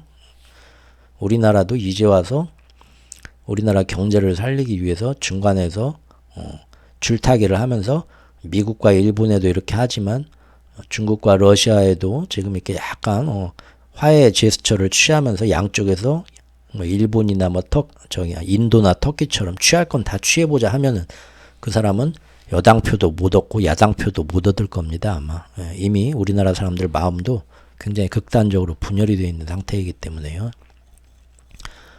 지금 내년도 대선 지지율을 다시 끌어올리려고 바이든이 하는 일이 중국 전기차에 대한 관세 인상을 검토하고 있고요. 또 첨단 반도체 말고 저가 범용 반도체도 지금 제재를 하려고 지금 이번에 다 내놨습니다. 이 사이에서 우리나라 지금 수출 바닥 찍고 반도체 내년부터 회복한다. 이게 살려줄 거다 기대하고 있죠. 예. 범용 반도체도 제재를 하면서 우리나라 반도체는 다시 한번 내년도에 지금 요새 삼성전자 다시 이제 저기 뭐 7만 전자, 8만 전자 간다 하고 있나요? 그래서 내년에 어떻게 될지 만약에 이런 식으로 또 미국과 중국 사이의 갈등이 더 격화되면 갈수록 우리나라의 전기차, 반도체, 배터리 거기에 이제 석유화학까지 그 네 가지가 우리나라의 그 수출의 내필의 그 말인데 마찰을 끄는 말들인데 다 안 좋아집니다. 더 안 좋아집니다. 조금 숨통 트이다가 또 꽉 낀다는 거죠. 이처럼 진영을 불문하고 모든 후보들이 지금 취하는 스탠스가 바로 딱 하나입니다. 유대 세력에게는 잘 보이려고 일단 머리 숙이고 그리고 중국과는 계속 센 척 서로 배척하면서 사람들의 인기를 모으기 이겁니다. 바이든이나 트럼프나 똑같아요. 결국 그들도 민주당 후보든 공화당 후보든 상관없이 미국을 움직이고 전 세계를 좌지우지하는 건 바로 배후에 숨은 거대한 금융 세력들이고 걔네들 눈치를 봐야만 한다는 걸 후보들도 알고 있다는 겁니다. 다시 한번 빅파이어를 위하여 이렇게 되는 거죠. 다만 지금의 배후 금융 세력들이 기축통화의 기득권을 지켜가기 위해서는 분명히 앞으로도 바이든만큼이나 죽이 잘 맞는 쉽게 말해서 말을 잘 듣는 그런 인물을 앞으로도 구하고 싶을 것입니다. 그런데 트럼프는 분명히 미국의 중국의 갈등과 패권 다툼을 잘 계승해 나가긴 할 겁니다. 절대 화해 안 하고 더 막장으로 치닫겠죠. 하지만 트럼프가 전체 우방 세력들과 다 같이 연계해서 지금 반대 연합 세력, 상대의 그 브릭스 세력을 지능적으로 약화시켜 나가는 그런 어떤 전체를 아우르는 그런 수싸움을 해야 되는데 트럼프는 그런 건 잘 못하죠. 그리고 확실히 통제하기 어려운 지 맘대로 하는 까다로운 인물임이 이미 드러났기 때문에 이번에는 이런 트럼프의 돌풍과 관련 없이 어떻게든 트럼프 아닌 다른 대안을 찾고자 할 겁니다. 시간은 이제 10달도 안 남았습니다. 그런데 마땅한 대안은 지금 헤일리 외에는 없어 보이고요. 헤일리가 많이 하나 안 된다 잘. 그럼 좀 골치 아파지죠. 제이미 다이먼이 딱이긴 한데 제이미 다이먼은 좀 진작 발굴해가지고 정치계로 나왔어야 되는데 좀 시간이 촉박하고요. 하지만 제이미 다이먼은 물밑에서 확실히 정치인으로서 금년 1년은 굉장히 많이 변모를 했습니다. 예. 자, 여기까지 이제 선거 얘기 해봤고요. 며칠 안 남은 연말 또 재밌게 보내시고요. 저도 금년 연초에는 잠깐 어디를 한 2박 3일 다녀올 예정인데 아까 예고해드린 것처럼 연초에 좀 재밌는 주제로 미스테리한 어떤 예언가들의 예언서에 나온 것과 영적 어떤 진화를 중시하는 신관하는 이야기에 나오는 그런 어떤 선각자들의 놀라운 얘기들 그것이 이제 경제와 정치와 선거 전쟁으로 지금 치닫고 있는 내년도 2024년도 전 세계인들의 어떤 이 각박해진 어떤 집단의식, 세계의식 이런 거에서 지금 어떤 안 좋은 가능성들이 나오고 거기에 대비해서 우리는 또 어떤 마음가짐들을 하는 게 좋을까 그런 것도 한번 논의해 볼 수 있는 기회도 한번 가져보려고 합니다.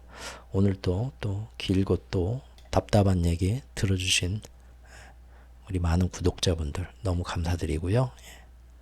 따뜻하고 아름다운 연말 보내시기 바랍니다. 감사합니다.